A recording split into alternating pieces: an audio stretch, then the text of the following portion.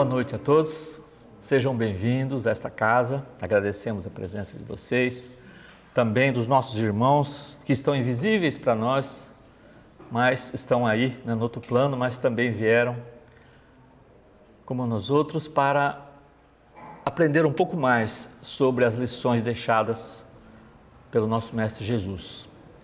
Aqui é só um lembrete, né? As palestras que são gravadas aqui nessa casa estão no nosso canal Caminheiros da Luz Porto, tá bem? É só acessar o canal no YouTube, que lá estão as palestras gravadas aqui, né? E vamos dar continuidade dos ensinamentos do Evangelho segundo o Espiritismo. Essa é uma publicação por Allan Kardec, no ano de 1864, em Paris. É bom lembrar sempre que Kardec, com a orientação dos espíritos superiores, não modificou o Evangelho de Jesus, né? Quer dizer, não acrescentou nem tirou partes. A codificação orientada pelos espíritos superiores procura esclarecer pontos do Evangelho que foram mal compreendidos ou esquecidos. Então, muitas das parábolas de Jesus que ficaram assim naquelas alegorias, os espíritos vêm explicar para que todos possam entender claramente as mensagens de nosso Mestre. E hoje vamos ver: fora da caridade não há salvação. Esses são os itens que nós vamos ver hoje. O que é preciso para ser salvo, parábola do bom samaritano, o maior mandamento, necessidade da caridade segundo São Paulo, fora da igreja não há salvação, fora da verdade não há salvação, instruções dos espíritos, fora da caridade não há salvação. Esses são os itens. Procuro sempre dizer que isso aqui, o que a gente faz aqui é como se fosse um resumo, tá certo, dos capítulos do Evangelho. É interessante que cada um tenha na sua casa o Evangelho para poder ver com mais detalhes todos os ensinamentos do nosso Mestre Jesus e aproveitar o Evangelho para fazer também, se possível, na sua casa, uma vez por semana, uma leitura de um trecho em voz alta com os seus familiares, para que possam, além de aprendizado, deixar a casa realmente com boas vibrações, com visitas de bons espíritos, e aqueles espíritos que necessitam também vão ali para ouvir os ensinamentos de Jesus. Muito importante o Evangelho no lar. O que é preciso para ser salvo? Aí vem escrito assim: ora, quando o Filho do Homem vier em sua majestade, acompanhado de todos os anjos, se assentará no trono da sua glória, e todas as nações, estando reunidas diante dele, separará um dos outros, como um pastor separa as ovelhas dos bodes, e colocará as ovelhas à sua direita e os bodes à sua esquerda. E aí vem explicando assim: então o rei dirá àqueles que estão à sua direita: possuirás o reino que foi preparado, porque eu tive fome e me destes de comer, tive sede e me destes de beber, estive nu e me vestistes, estive doente e me visitastes. Então os justos que estão ali ouvindo o rei disse: Senhor, quando foi que vos vimos com fome e vos demos de comer? Quando vos vimos com sede e demos de beber? E o rei lhe responderá: eu vos digo em verdade, quantas vezes fizestes com relação a um desses meus irmãos mais pequenos, foi a mim mesmo que fizeste isso. E aí continua, isso falando com os que estão chamados justos. E dirá em seguida àqueles que estão à sua esquerda: retirai-vos de mim, malditos, ide para o fogo eterno, que foi preparado para o diabo e para os seus anjos, porque eu tive fome e não me destes de comer, tive sede e não me destes de beber, tive necessidade de teto e não me alojastes, estive nu e não me vestistes, estive doente e na prisão e não me visitastes. Então eles responderam também: Senhor, quando foi que vos vimos com fome, com sede, ou sem roupa, ou doente, ou na prisão, e deixamos de vos assistir? Mas ele responderá: eu vos digo em verdade, todas as vezes que deixaste de dar proteção a um desses mais pequenos, deixaste de dá-la a mim mesmo. Então estes irão para o suplício eterno e os justos para a vida eterna. Isso está em São Mateus, capítulo 25, versículos 31 a 46. E continua, no quadro de Jesus, que Jesus deu do julgamento final, é preciso, como em muitas outras coisas, separar a figura da alegoria. O homem, como aqueles a quem falava, ainda incapazes de compreenderem as coisas puramente espirituais, devia apresentar imagens materiais surpreendentes e capazes de impressionar. Então, o próprio Jesus, quando ele dava os seus exemplos, os seus ensinamentos, ele utilizava os exemplos do dia a dia, que as pessoas conheciam, do pastor, né? A questão da água, do rio, do céu, das coisas que eles estavam acostumados para poder entender as lições. Mas muita coisa eles não compreendiam, então contava uma história, mas futuramente eles iriam devagar compreendendo. Então, para melhor ser aceito, ele devia sim, né? Não se afastar muito das ideias vigentes das pessoas que tinham capacidade de entender aquela época, né? Mas, ao lado dessa parte acessória e figurada do quadro, há uma ideia dominante nessa passagem que Jesus explica, né? A da felicidade que espera o justo e da infelicidade reservada ao mal. Então, resumindo bem a mensagem, se fizer o bem, vai se dar bem. Se fizer o mal, vai se dar mal.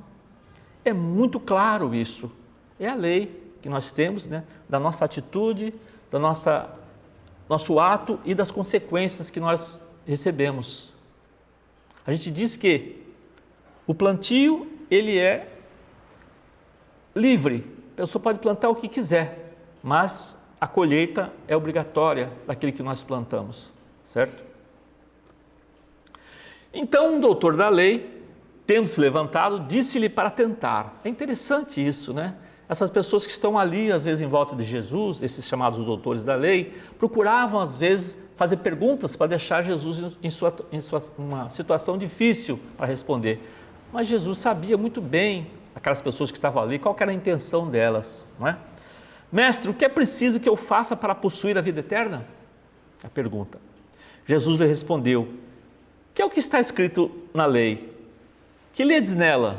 E ele respondeu, amareis o Senhor vosso Deus de todo o vosso coração, de toda a vossa alma, de todas as vossas forças e de todo o vosso espírito, e vosso próximo como a vós mesmos. E Jesus lhe disse, respondesse muito bem, fazei isso e vivereis. Mas esse homem perguntou de novo, né, a Jesus, e quem é meu próximo? Quem é meu próximo? E Jesus, tomando a palavra, contou a parábola do bom samaritano. De modo geral, as pessoas já conhecem, mas é interessante a gente deixar um pouco mais com detalhe. Quais são as personagens que estão nessa parábola? A pessoa que foi atacada por ladrões, que está ali, né, ferido. A figura do sacerdote, que era um religioso do templo de Salomão. Também um levita, que era um auxiliar do templo também. E o samaritano, que era uma pessoa simples, da região da Samaria, e esses samaritanos não eram muito bem vistos, porque eles não eram considerados puros, da raça pura, era uma mistura de judeu com gentios, então eles eram odiados. E a parábola mostra o que exatamente?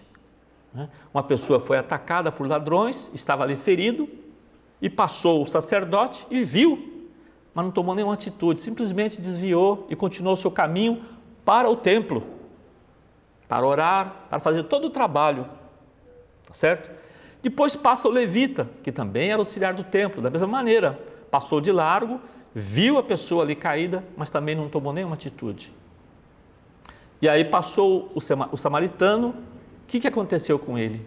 Ele observou aquela pessoa ali caída e pensou naquela hora, e se fosse eu ali deitado, ferido, será que eu não gostaria que alguém passasse e me ajudasse? Então ele se colocou no lugar, ele teve empatia, percebeu o sofrimento daquela pessoa lá. O que ele fez? Então pegou, recolheu aquela pessoa que estava ferida, levou até uma hospedaria, chegou para o dono da hospedaria e falou, atende os ferimentos dele, ele vai ficar aqui para repousar até melhorar, tá certo? E eu vou te deixar aqui umas moedas e depois eu retorno, se precisar mais, eu completo. Então ele fez isso sem aguardar nenhuma recompensa. Fez sim pela atitude de ajudar aquela pessoa que estava ali caída, um necessitado. Não perguntou quem que era, que religião que era, que raça que ele era, nada. Simplesmente era um irmão caído e ferido e ele atendeu. Aí Jesus pergunta, qual desses três vos parece ter sido próximo daquele que caiu nas mãos dos ladrões? O doutor lhe respondeu, aquele que exerceu a misericórdia para com ele. E depois lhe disse Jesus, e fazei o mesmo. Isso está em São Lucas. Interessante que o doutor da lei, ele deve ter ficado bastante surpreso ali, porque quando Jesus apresentou o samaritano como a única pessoa que se dispôs a ajudar aquele judeu indefeso que estava ali caído, quer dizer, aquela pessoa que eles consideravam odiado, impuro, foi o que realmente ajudou. E aqueles que conheciam teoricamente as leis de Deus, que pertenciam lá ao templo, não tomaram essa atitude, ficaram na teoria do Evangelho, saber o Evangelho de cor, conhecer todas as passagens. Isso é importante, mas não é suficiente. Nós precisamos exercer-se, aplicar no dia a dia os ensinamentos de Jesus. Toda a moral de Jesus se resume na caridade e na humildade. Quer dizer, nas duas virtudes contrárias ao egoísmo e ao orgulho. Em todos os seus ensinamentos, ele mostra essas virtudes como sendo o caminho da felicidade eterna. Humildade e caridade, eis o que Jesus não cessa de recomendar. E ele mesmo dá o exemplo da sua vida, a sua postura, como era. Orgulho e egoísmo, eis o que ele não cessou de combater, mas fez mais do que recomendar a caridade. Coloca claramente, em termos bem explícitos, como uma condição absoluta para a nossa evolução espiritual. Se eu não olhar para o outro, se eu enxergar o outro como um irmão, tá? Atendê-lo nas suas necessidades, nós não estamos fazendo, não estamos cumprindo os ensinamentos que Jesus nos deixou. O maior mandamento. E aí está uma imagem que eu não vou comentar, porque todos vendo essa imagem já podem ter uma ideia do que aconteceu ali.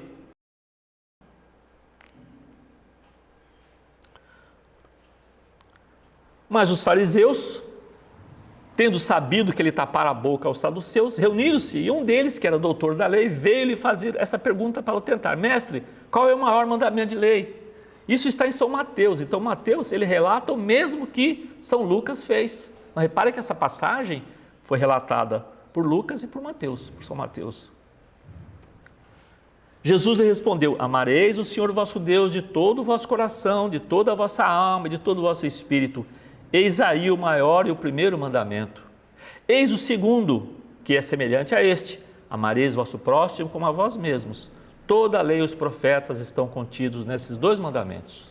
Repare, é muito resumido, mas é o que é necessário. Jesus, além de um grande educador que ele foi um filósofo, ele foi um pensador. As suas respostas eram muito inteligentes, muito claras, muito precisas. Não é? Amareis vosso próximo como a vós mesmo. Toda a lei e os profetas estão contidos nesses dois mandamentos. Esse pensamento é muito brilhante. É uma orientação que resume como deve ser o nosso comportamento em relação ao nosso semelhante. Ou seja, fazer aos outros o que gostaríamos que fizesse conosco. Nós gostamos, sim, quando alguém nos dá atenção, quando a gente quer falar alguma coisa. Nós gostamos de ser bem atendidos. Nós gostamos de, às vezes, ter uma pessoa que possa ouvir os nossos sofrimentos. Será que a gente faz a mesma coisa? Será que a gente procura ouvir também a pessoa que quer contar as suas dores, né, as suas dúvidas? Será que a gente dá esse apoio? Então, à medida que a gente procurar fazer isso, também vai acontecer com a gente da mesma maneira. Precisamos sim voltar de novo àquilo. Como o próprio Jesus disse, a cada um segundo suas obras. Aquilo que fizermos vai voltar para nós. Mais cedo ou mais tarde, não é? E aí vem esse item, necessidade da caridade, segundo São Paulo. Isso aqui, meus irmãos, é uma das coisas mais belas que tem, falando sobre a caridade. Então vamos prestar bem atenção no que Paulo diz. Ainda quando eu falasse todas as línguas dos homens E mesmo a língua dos anjos, se não tivesse caridade, não seria senão como um bronze sonante e um símbolo retumbante. E quando eu tivesse o dom da profecia, penetrasse todos os mistérios e tivesse uma perfeita ciência de todas as coisas, quando tivesse ainda toda a fé possível, até transportar as montanhas, se não tivesse a caridade, eu nada seria. E quando tivesse distribuído meus bens para alimentar os pobres, e tivesse entregue meu corpo para ser queimado, se não tivesse caridade, tudo isso não me serviria de nada. A caridade é paciente, é doce e benfazeja. A caridade não é invejosa, não é temerária e precipitada, não se enche de orgulho, não é desdenhosa, não procura seus próprios interesses, não se melindra e não se irrita com nada, não suspeita mal, não se regozija com a injustiça, mas se regozija com a verdade. Tudo suporta, tudo crê, tudo espera, tudo sofre. Agora, essas três virtudes, a fé, a esperança e a caridade, permanecem, mas entre elas a mais excelente é a caridade. A fé, a esperança são virtudes que diz respeito a nós próprios, ao nosso íntimo. Ele é particular, a fé é particular, a esperança é particular. Já a caridade é a nossa relação com o outro, é pensar no outro, é ter a empatia, servir ao próximo sem aguardar recompensa, nem aqui no plano material e também nem na vida espiritual. É fazer sim, por amor, por entender que o nosso semelhante passa por dificuldades como nós, auxiliar, sem esperar nada, mesmo às vezes até a ingratidão que pode acontecer, não ficar esperando um agradecimento, é fazer e passar adiante, não ficar ali, olha o que eu fiz, deixar mostrar o que fez, não, fazer aquilo de preferência na intimidade, não é? Sem humilhar aquele que está sendo ajudado. Paulo coloca assim, sem equívoco, a caridade acima mesmo da fé, porque a caridade está ao alcance de todo mundo, do ignorante e do sábio, do rico e do pobre, e porque independe de toda a crença particular. E Paulo fez mais, definiu a verdadeira caridade, mostrou-a não somente na beneficência, mas na reunião de todas as qualidades do coração que podemos ter na bondade, na benevolência para com o próximo. E aí vem esses itens que nós vamos ver o que quer dizer. Fora da igreja não há salvação, fora da verdade não há salvação. Será que esses títulos, eles são corretos? Será que eles são coerentes com os ensinamentos que nós temos do Evangelho? Fora da igreja não há salvação, se apoia não sobre a fé fundamental em Deus e na imortalidade da alma, fé comum a todas as religiões, mas sobre a fé especial em dogmas particulares. É exclusivo e absoluto. Em lugar de unir os filhos de Deus, os divide. Então, se eu acho que a minha igreja, a minha religião é a certa, é a que tem a verdade, não outra mais, ninguém, se você não fizer, se você não estiver comigo na minha religião, você não vai ser salvo. Alguns até dizem, você nem é filho de Deus, é uma criatura. É isso? Então, apenas os que estão ligados são salvos. E a gente dá um exemplo muito claro. Vamos supor que nós temos 4 filhos. Quem é pai, quem é mãe, sabe muito bem como é que é isso.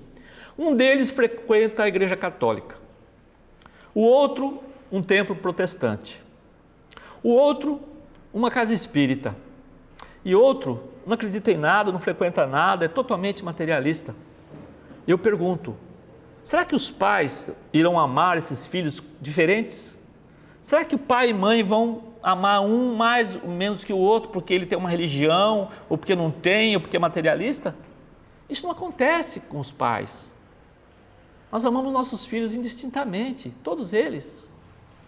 E nós somos ainda imperfeitos. Estamos em construção, pode-se dizer melhor, né? Somos espíritos ainda em construção. Agora vamos pensar em Deus.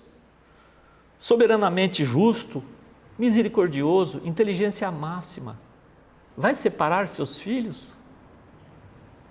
É incoerente, não é? Se nós, encarnados, na nossa condição, não separamos nossos filhos, queremos bem a todos, imagine Deus. Fora da verdade não há salvação, seria o equivalente de fora da igreja não há salvação, e também exclusivista, porque não há uma só seita que não pretenda ter o privilégio da verdade. E aí Kardec vem explicando qual é o homem que pode se gabar de possuí-la inteiramente, a verdade. Quando o círculo dos conhecimentos aumenta sem cessar e as ideias se retificam, a própria ciência mostra. A ciência fala, isso aqui é assim, aí passando um tempo, não é mais assim, é assado. Que vai modificando as coisas com o passar do tempo. Então as coisas se alteram. Então a verdade absoluta não pertence senão aos espíritos muito elevados. Eles têm um conhecimento das coisas de um modo pleno. Nós conhecemos fragmentos das coisas. Nós não conhecemos direito ainda, né? O fundo do mar que está aqui no nosso planeta. Imagina o espaço sideral, não é? O nosso corpo ainda, estão se descobrindo coisas do nosso corpo que está aqui junto de nós. Então, não podemos ter esse orgulho de achar que nós temos a verdade, não é? Então, porque não é dado a nós ainda saber as coisas de como tem os espíritos superiores, né? Então, nós podemos ter sim uma verdade relativa e proporcional ao nosso adiantamento. E também da mesma maneira que Jesus não pode explicar tudo, nós também não podemos receber da espiritualidade inspirações que a gente não compreenda. É você querer ensinar álgebra para uma criança de 4 anos. Não tem jeito, não é? Então nós também, a nossa capacidade é muito restrita ainda para entender os ensinamentos, muitas vezes, do plano espiritual, não é? E aí vem o Evangelho segundo o Espiritismo e diz, fora da caridade não há salvação. Eu entendo salvação como evolução, tá? É a evolução, a nossa evolução é através desses nossos atos que nós vamos praticar com relação aos nossos semelhantes. E aí vem o Espírito Paulo de Tarso. Agora nós vimos aqui lá do Paulo encarnado. Primeira carta lá, né, as epístolas, né, que ele fez. Aqui é Paulo Espírito. Paulo Espírito, no Evangelho segundo o Espiritismo, está lá. Paulo de Tarso diz, meus filhos, na máxima, fora da caridade não há salvação, estão contidos os destinos dos homens na terra e no céu. Na terra, porque à sombra desse estandarte, eles viverão em paz. No céu, porque aqueles que a tiverem praticado, encontrarão graça diante do Senhor. E continua, Paulo, submetei todas as vossas ações ao controle da caridade. A vossa consciência vos responderá. Não somente ela vos evitará de fazer o mal, mas também os levará a fazer o bem. Então não adianta a pessoa falar assim, eu nunca matei, nunca roubei, né, não quero mal de ninguém, então eu estou bem. Isso não significa, isso aí é como se fosse uma fé mais inativa.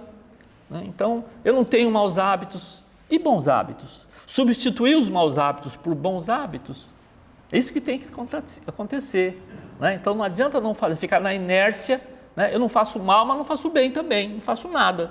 Então, fica estagnado, como se diz, uma água parada cria bichos.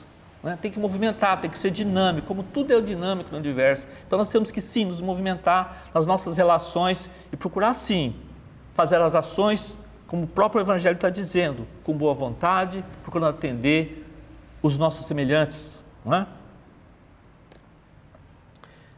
E o Espírito Paulo de Tarso conclui, meus amigos, agradecei a Deus que vos permitiu pudesseis gozar da luz do Espiritismo, não porque só aqueles que a possuem podem ser salvos. Repare que o próprio Paulo está dizendo, não é porque você é espírita que você pode ser, não, eu sou melhor que todo mundo, nada disso, não é? Mas porque vos ajudando a melhor compreender os ensinamentos do Cristo, ela vos faz melhores cristãos.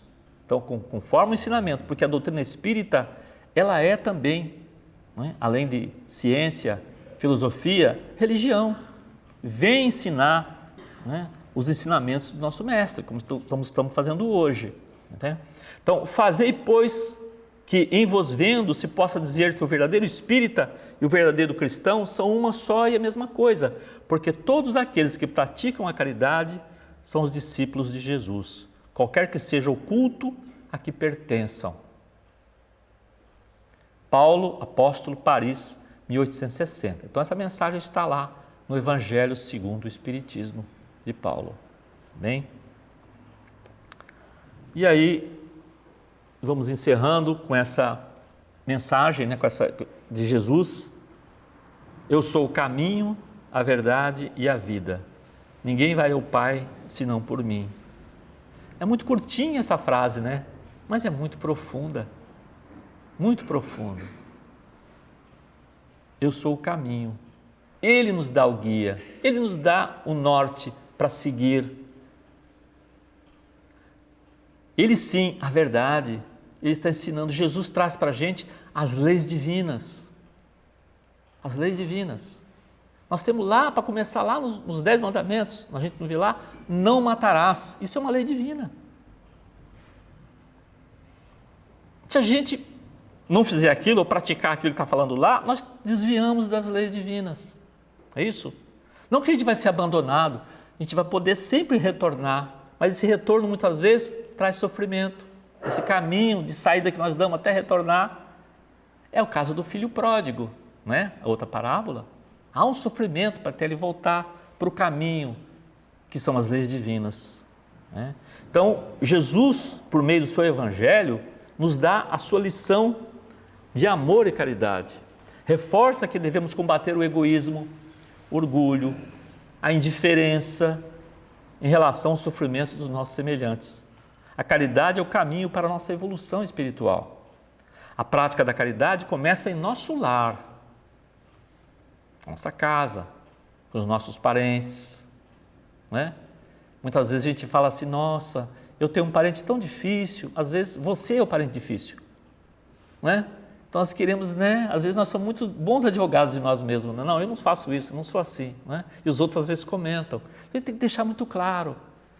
Né? Nós também erramos, deixar muito claro isso. Então devemos estender essa compreensão, essa prática de caridade, além do nosso lar, com na nossa família, com os nossos parentes, estender ao nosso ambiente de trabalho também. São pessoas que nós convivemos no dia a dia. Procurar ser cordial, não é? Ser gentil, ser atencioso. É difícil, né? Às vezes você está irritado naquele dia, quando o outro também está irritado, fala com a gente, compreender que às vezes ele não está muito bem naquele dia, entender isso do outro, não querer revidar, né, uma palavra mais agressiva. É isso que é vivenciar o Evangelho, não é ficar decorando os versículos, não é isso, é sim praticar no dia a dia. Não é? Então, estender, além da nossa família, do nosso ambiente de trabalho, na escola, se alguém frequenta a escola, e os demais lugares onde nos relacionamos com o nosso próximo. Então é isso, meus irmãos, sabemos todos a nossa condição, somos espíritos ainda na caminhada evolutiva, ninguém está desamparado. A gente sai muitas vezes das leis divinas que Jesus vem nos explicar, mas nós temos o nosso espírito protetor, ou anjo de guarda, que é a mesma coisa. Né? Estamos com dificuldade, fazemos uma prece para Ele, para nos orientar, para nos dar uma luz, uma inspiração, para que a gente possa ter lucidez na resolução dos nossos problemas, dos momentos difíceis que estamos passando. E nós temos também os benfeitores espirituais. Quem conhece as obras espíritas, diversas obras, de Emmanuel, de André Luiz, psicografado por Chico Xavier e tantos outros, percebe ali as mensagens que tem os benfeitores espirituais. Eles fazem aquilo, auxiliam incondicionalmente, como Jesus fazia, né? Ajudar incondicionalmente. Seu amor de Jesus é incondicional, é como a luz do sol, Jesus, que ilumina os justos e os injustos, como a chuva que cai para todos, não é? Vivemos hoje, tá certo? Ninguém é escolhido para tomar chuva, todos nós, não é verdade? Então deixar claro isso, que ninguém está desamparado, todos nós somos amparados. Agora nós precisamos também fazer o possível, fazer um esforço para sair das nossas dificuldades, tá bem? É isso, meus irmãos. Obrigado pela atenção de vocês.